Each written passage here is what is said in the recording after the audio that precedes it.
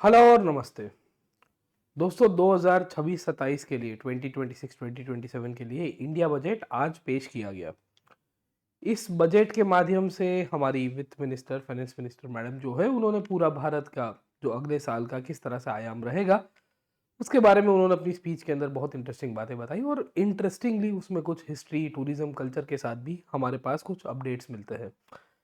मैं आज के क्लास के अंदर हिस्ट्री कल्चर और टूरिज्म के साथ रिलेटेड जो भी इंडिया बजट के अंदर डिस्कशंस हुए हैं उसका आपको एक एनालिसिस पेश करने की कोशिश करूंगा। अब आप पूछोगे कि मास्टर किस लाइन में आ गए आप, है ना, इकोनॉमी के टॉपिक के अंदर कहाँ हिस्ट्री लेके आए हैं। तो ये पहली बार नहीं है कि जहां हम लोग हिस्ट्री आर्ट एंड कल्चर को कर रहे हैं बजट के कंटेक्स्ट में, क्योंकि 2025 में अगर आप इसी चैनल के ऊपर वीडियो देखोगे तो मैंने 2025 का भी एनालिसिस किया हुआ है, जहां what is special for history culture and tourism 2025 पिछले साल के लिए। उसके भी आगे की साल देखोगे तो 2024 में भी 2024 के लिए भी मैंने एक एनालिसिस किया हुआ था, वो भी इसी चैनल के ऊपर था रिगार्डिंग इंडिया बजट।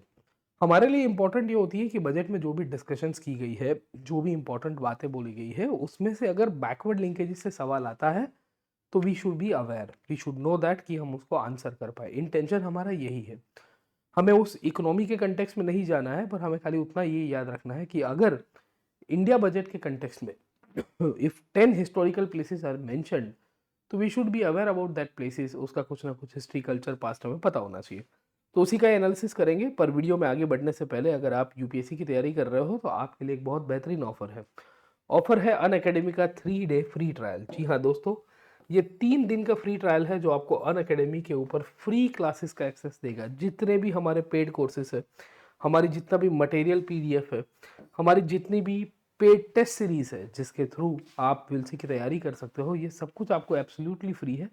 आपको कुछ नहीं करना है, डिस्क्रिप्शन बॉक्स में लिंक दी गई है, इस लिंक के ऊपर क्लिक करिए। अगर आपको कोड का एक्सेस मांग रहा है तो ये कोड को यूज़ करिएगा PN लाइव। ये कोड के माध्यम से आप सीधा सीधा लॉगिन कर पाओगे। आपको अपना मोबाइल नंबर विलसी की यहाँ पे डालना पड़ेगा, ऑब्वियस है, क्योंकि इसके माध्यम से आपको OTP मिलेगा and then you will be able to access the classes as well. बहुत ही सिंपल आपको विलसी की इसका प्रोसेस है, इसके अंदर ज़्यादा आपको समय भी नहीं लगेगा। तो इसका आप लाभ उठाइए क्योंकि ये 3 दिन के लिए है, 1 से 3 फरवरी के बीच में। और इसके माध्यम से आप देख पाओगे कि what kind of quality of coaching that we are actually giving in the live classes around, how the interaction takes place around, कैसे पोल होता है, कैसे सेशंस को कंडक्ट किया जाता है, और बहुत ही कॉम्प्रिहेंसिव कवरेज आपको हम लोग यहाँ पे कराते हैं। इन सब का अनुभव आपको मिलेगा। तो ज़रूर से इस ऑफर का लाभ उठाइए क्योंकि ये फ्री में है जो पेड कोर्सेज के द्वारा आपको मिलता है, राइट। तो ये आपके लिए इंपॉर्टेंट अपडेट है। बाकी अगर आप 2026 के लिए प्रीलिम्स की तैयारी कर रहे हो तो हम आपके लिए लेके आए हैं Unacademy revision test series at 1999 rupees only, जहाँ तकरीबन 30 के आसपास, है ना, टोटल टेस्ट कंडक्ट किए जाएंगे। 8 सब्जेक्ट वाइज है, 22 फुल लेंथ है सब। इसके अंदर आपको एक लाइव मॉडल का सिमुलेशन भी मिलेगा और साथों के साथों आपकी सब्जेक्ट के अंदर कितना डेप्थ है, कितना कवरेज हो पाया है, आप उसको भी ध्यान रख सकते हो, राइट। तो इसका भी जरूर से लाभ उठाइएगा। इसके लिए भी आप सब्सक्रिप्शन लेने का प्लान कर रहे हो तो PN लाइव कोड को यूज करना ना भूलिएगा। खैर, मुद्दे की बात के ऊपर आ जाते हैं और हमारे नए कोर्सेज है, इसमें भी आप एनरोल कर सकते हो। इनफैक्ट हमारा नया कोर्स शुरू हो रहा है 6 फरवरी से, 6 फरवरी। I am starting off with comprehensive course on modern history and freedom struggle. इसका भी आप एनरोलमेंट कर सकते हो और इसके लिए आपको सब्सक्रिप्शन लेना पड़ेगा।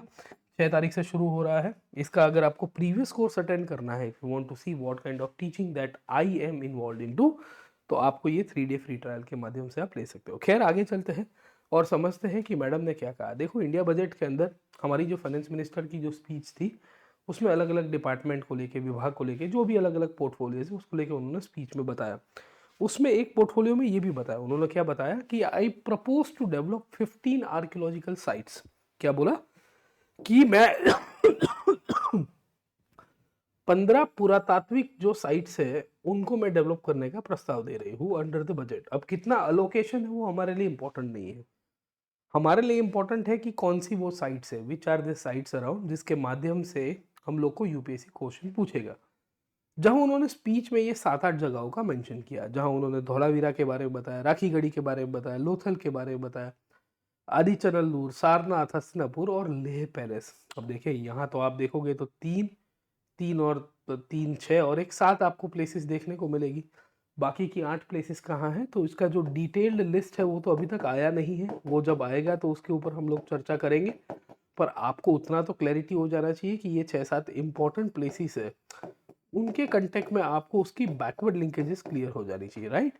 जहां मैडम फाइनेंस मिनिस्टर ये कहती है कि I propose to include this 15 archaeological sites into Lothal, Dholavira, ये into vibrant experiential culture destination.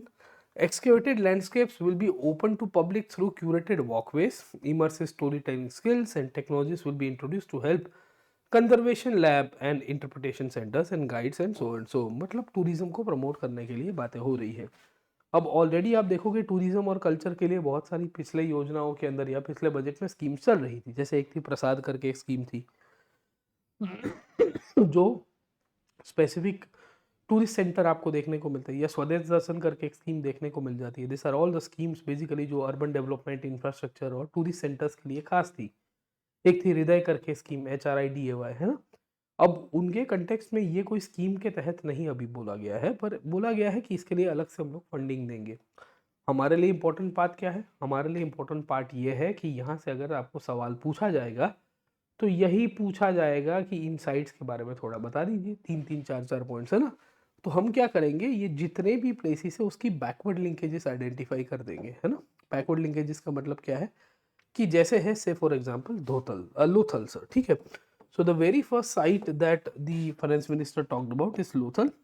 Lothal के बारे में हमें कुछ पता होना चाहिए बेसिक्स के कंटेक्स्ट में कि लोथल कहाँ पे आई है, किस तरह से उसका डेवलपमेंट रहा है, उसके रिलेटेड उसकी हिस्ट्री क्या रही है, राइट।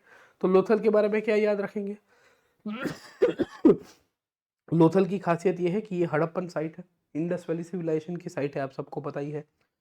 दूसरा 1950s में आज़ादी के बाद इसका डेवलपमेंट हुआ, मतलब हमें पता ही चला कि ये आफ्टर इंडिपेंडेंस जब एक्सकेवेशन करना शुरू किया गया, गुजरात में एक रीजन है जिसका नाम है भाल प्रदेश, वहाँ से ये पता चलता है।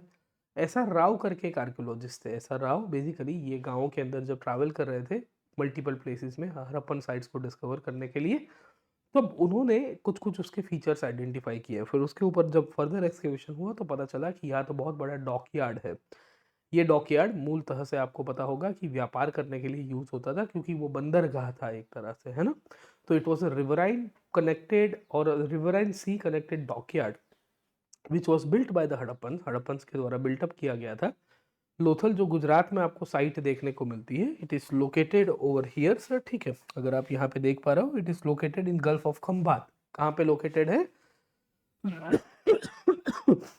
गल्फ ऑफ खंबात के अंदर लोकेटेड है। और गल्फ ऑफ खंबात के अंदर लोकेटेड होने के साथ साथ यहाँ से व्यापार होता था। कहाँ पे व्यापार होता था, it use to get trade with Mesopotamia, it use to get trade with Bahrain, it use to trade with Oman. Bahrain और ओमान का उस पीरियड में दिलमुन और मगन नाम हुआ करता था। मेसोपोटेमिया यानी कि जो आज का इराक वाला रीजन है, वहाँ पे भी लोथल का व्यापार होता था। लोथल में आज की तारीख में भी अगर आप देखने की कोशिश करोगे तो ऑलरेडी वी विल सी कि NMAC प्रमोट किया गया है। ये क्या है, ये है नेशनल मैरीटाइम आर्कियोलॉजिकल कॉम्प्लेक्स, है ना। और अभी रिसेंटली प्राइम मिनिस्टर ने भी विजिट किया था, तकरीबन 2-3-4-6 महीने पहले सर, है ना, 2025 के मिड पार्ट में या लेटर पार्ट के अंदर। The prime minister had also visited Lothal just to check and see कि what has been the progress with respect to NMAC, national maritime heritage complex है, NMHC है या NMAC के रूप में हम लोग कहते हैं। तो हम लोग को लोथल के बारे में उसकी कहानी क्लियर हो जानी चाहिए कि where is Lothal, located on the Bhogavo river. कहाँ पे है, भोगावो नदी के किनारे आपको मिलता है। ASI के द्वारा इसके ऊपर काम किया गया था, लेट हड़प्पन साइट के रूप में है। अर्बन प्लानिंग यहाँ पे आपको ठीक ठाक मिलेगा और इंडस्ट्रियल जोन्स भी मिलते हैं। अब आप पूछोगे इंडस्ट्रियल जोन का मतलब क्या है, तो देखिए ये वो साइट थी जहाँ पे बीड मैन्युफैक्चरिंग होता था, राइट। हड़प्पन्स के कंटेक्स्ट में हम सब ने पढ़ाई है कि यहाँ पे बहुत सारी बीड्स मैन्युफैक्चरिंग होते थे। तो ये और चाणूदारों में बीड मैन्युफैक्चरिंग था। इनफैक्ट इसका विदेश के साथ व्यापार हो रहा है, मेसोपोटेमिया के साथ, तो उसके सील्स मिले हुए हैं। तो we have also found the seals with Mesopotamian symbols, है ना। तो ये भी लोथल की आपको आर्कियोलॉजिकल फीचर देखने को मिलेगी, राइट। तो हम लोथल को जब जब आइडेंटिफाई करने की कोशिश करते हैं तो लोथल के कंटेक्स्ट में आपको बीड मैन्युफैक्चरिंग, वेयरहाउस, सील्स की कहानी आपको मिलती रहती है।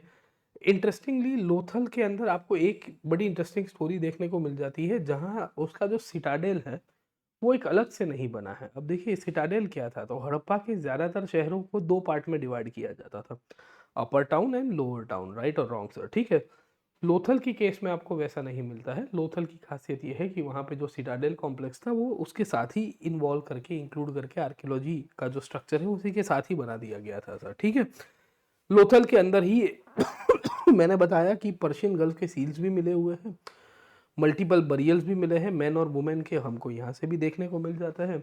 लोथल में ही घोड़े के रिमेन्स भी मिले हुए हैं। अब ये तो बहुत बड़ा डिबेटेड टॉपिक है, इसके लिए मैं यहाँ पे डिबेट करके लिख रहा हूँ, क्योंकि कुछ कुछ टेराकोटा की इमेजेस मिली है, जैसे आपको हड़प्पा की एक साइट मिलती है ना सूरकोटड़ा, वहाँ पे भी हॉर्स के रिमेन्स मिले हुए थे, पर यूपीएससी उसको डिनाई कर देती है, राइट। यूपीएससी उसको डिनाई करती है अपने ऑफिशियल आंसर की के अंदर, बट एटलीस्ट आपको लोथल के बारे में इतनी बात पता हो जानी चाहिए, है ना। 5-6 चीज़ें हैं लोथल के कंटेक्स्ट में।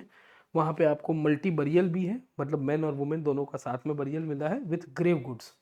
ग्रेव गुड्स का मतलब क्या होता है कि वहाँ पे हम ये कह सकते हैं कि जो पॉटरी थी सॉरी माय बैड, पॉटरी हुआ करती थी, जो माटी के बर्तन हुआ करते थे, उनको साथ में दफनाया गया था। ऐसा क्यों दफनाया गया था? Why they were buried over there in the form of grave goods? So one of the primary reason for the burial is uh, they believed into afterlife. Afterlife में बिलीव करते होंगे, इसके लिए। खैर, तो एक तो लोथल की कहानी है। दूसरा आपको धौलावीरा मिलता है। धौलावीरा ये भी गुजरात के अंदर की साइट है सर, ठीक है। और धौलावीरा की खासियत यह है कि it is located in an island called as Khadir Bet, है ना।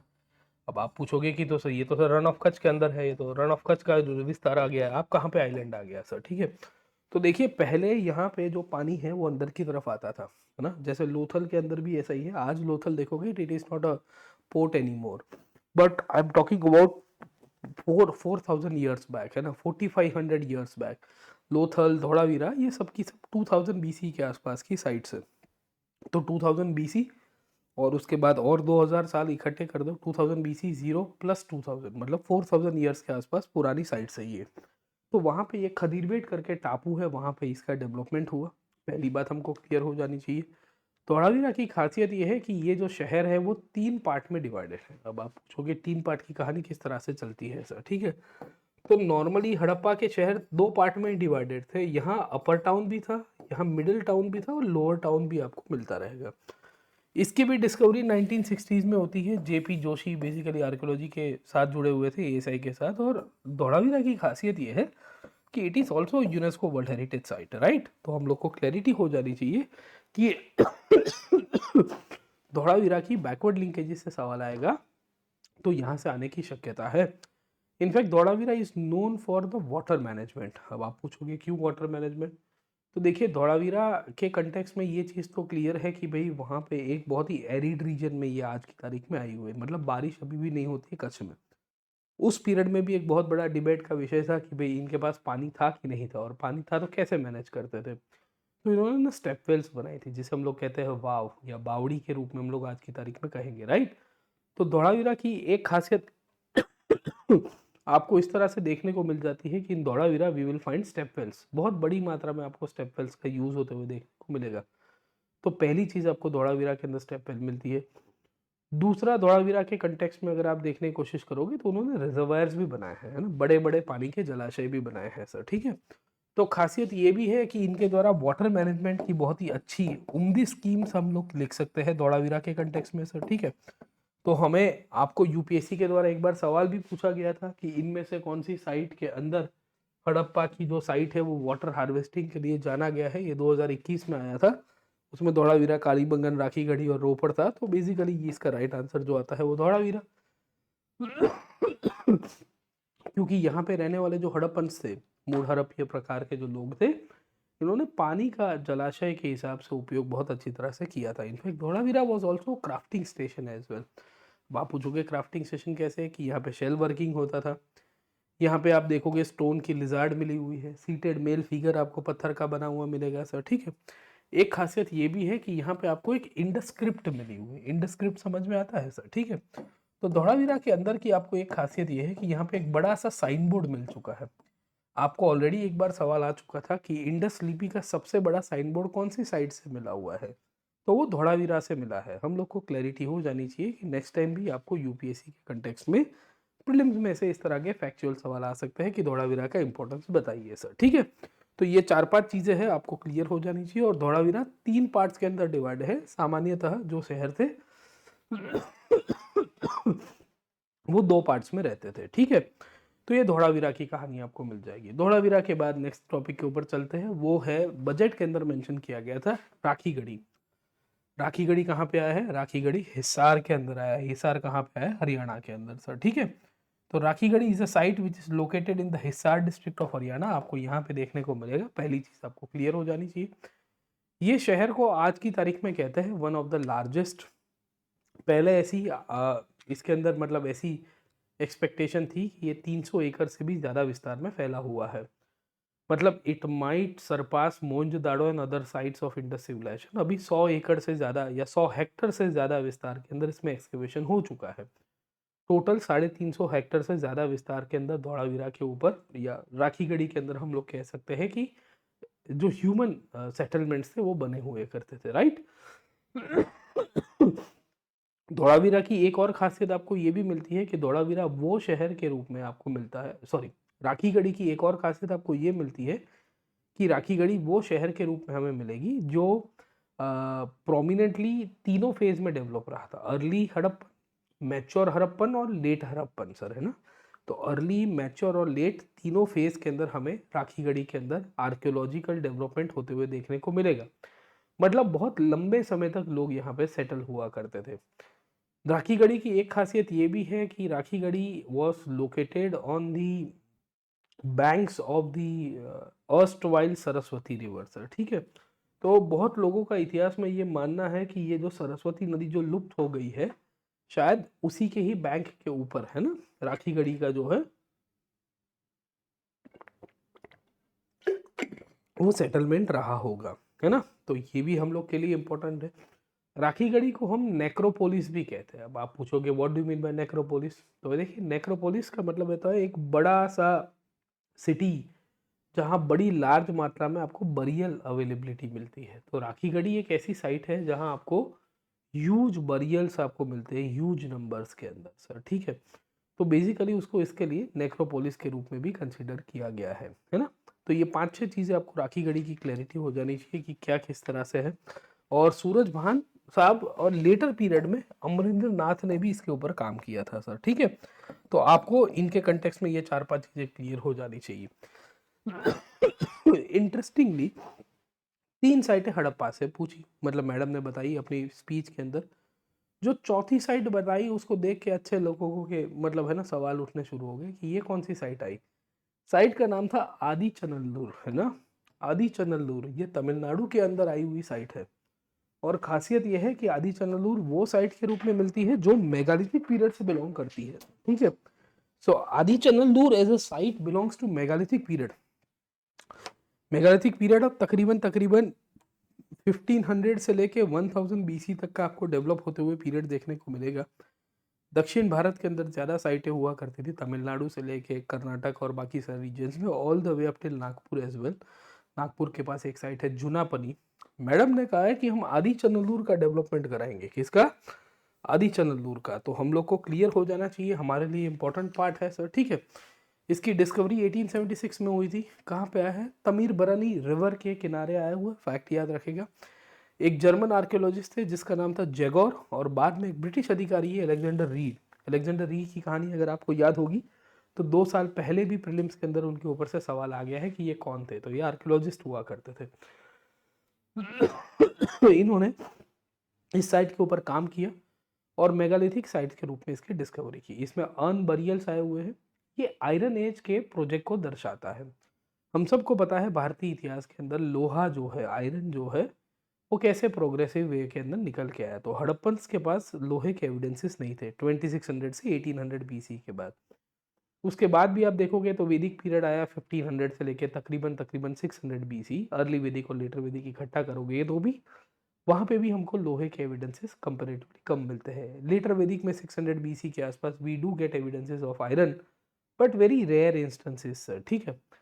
अब आप इसको कंपेयर करने की कोशिश करिए here with reference to this site called as Adichanallur. पता चलता है कि 1500 बीसी में ही यहाँ पे आयरन एज का डेवलपमेंट होना शुरू हुआ था। 1500 से लेके 1000 बीसी के आसपास हम लोग आइडेंटिफाई कर सकते हैं। यहाँ बड़े बड़े अनबरियल्स मिले हैं, मतलब मटके के अंदर आप देखोगे तो इंसान की जो रिमेन्स है, डेड बॉडीज की जो रिमेन्स है, उसको प्रिजर्व किया गया है।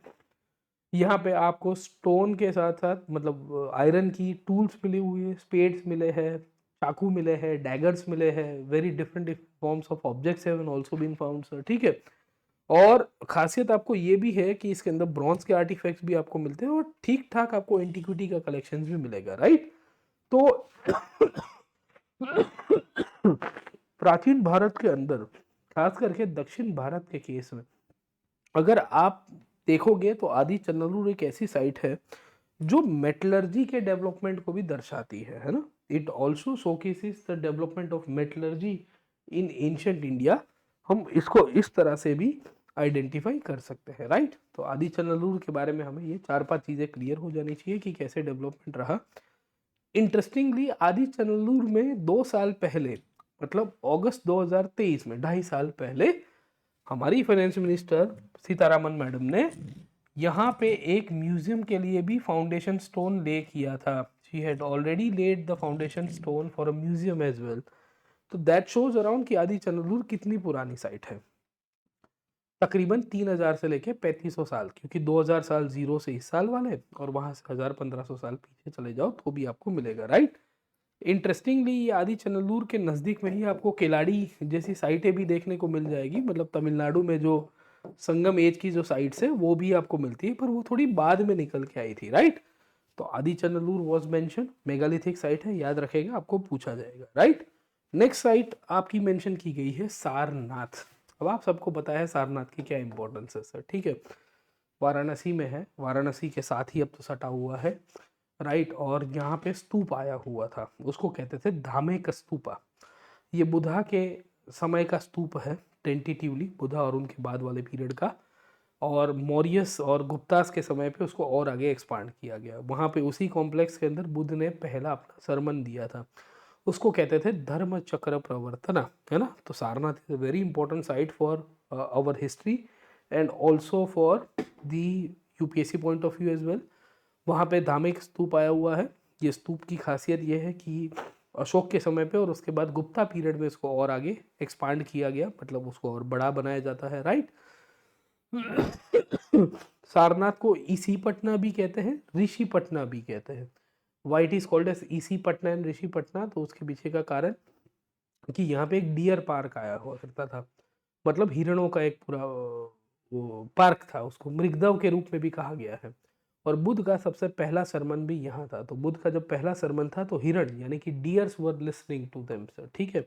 Including their 5 Brahmins. तो बुद्ध के पहले 5 फॉलोअर्स बने, है ना, कोंडानान, असाजी, वाप, बदनिया, है ना। तो ये सब के सब नाम आपको देखने को मिलेंगे जो बुद्ध के पहले फॉलोअर्स बनते हैं। सारनाथ के अंदर ये जो साइट है, ये पहले लोगों को नहीं पता था कि ये बुद्धिस्ट आर्किटेक्चर की साइट होगी। बट एक ब्रिटिश अधिकारी थे जिसका नाम था जोनाथन डंकन। आप सबको नाम पता होगा कि he is related to Asiatic Society as well. और ये जोनाथन डंकन ने अगर आपको थोड़ा बहुत पता होगा तो बनारस में संस्कृत कॉलेज की भी स्थापना की थी 1794, 93-94 के आसपास की ये बात है। और डंकन ने जब ये संस्कृत कॉलेज की स्थापना की, इसी के कंटेम्प्रेरी पीरियड के अंदर वी विल फाइंड कि उसने इसका डिस्कवरी किया, राइट। संस्कृत कॉलेज 92 में बना था, 2 साल के बाद इसकी डिस्कवरी हुई। बाद में अलेक्जेंडर कनिंघम जो एएसआई की स्थापना करता है वो इसके ऊपर काम करता है। बुद्धिस्ट स्तूप है यहाँ पे, बुद्धा ने अपना पहला सरमन दिया था, उसको कहते थे धर्म चक्र प्रवर्तन। अशोक ने इसी के कारण अपना अशोक स्तंभ जो अपने चक्र के साथ है वो यहाँ पे ही बनाया। इनफैक्ट इसी को कहते हैं सारनाथ पिलर। ये सारनाथ पिलर में अशोक ने 4 लायंस का यूज किया है, आप सबको पता ही होगा, ठीक है। और 4 लायंस को बेसिकली शाक्य सिंह चारों दिशा में बुद्ध ने दहाड़ मारी है वो भी दर्शाने के लिए मेंशन किया गया है, राइट। पिलर आर्किटेक्चर को कभी आगे डिस्कस करेंगे। इनके सिवाय we will also find the finance minister talked about a site called Hastinapur. Meerut district में आई हुई है, उत्तर प्रदेश के अंदर है।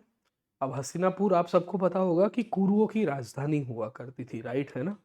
तो हमें ये पता चलता रहता है कि महाभारत के केस में अगर आप देखोगे तो जो कुरु हुआ करते थे उनकी राजधानी के रूप में मिलती है कुरु और पांचाल, बेसिकली ये दोनों के दोनों इकट्ठे हुए एंड देन विल सी कि आगे एक्सपांशन होता है। हम लोग को हिस्ट्री के केस में पता होना चाहिए कि ये साइट बहुत पुरानी है। ये यूपी में है, मेरठ डिस्ट्रिक्ट में, दिल्ली से सटे हुए विस्तार के अंदर आपको मिलेगी। इसको बीबी लाल ने बेसिकली आइडेंटिफाई किया था 1950s में।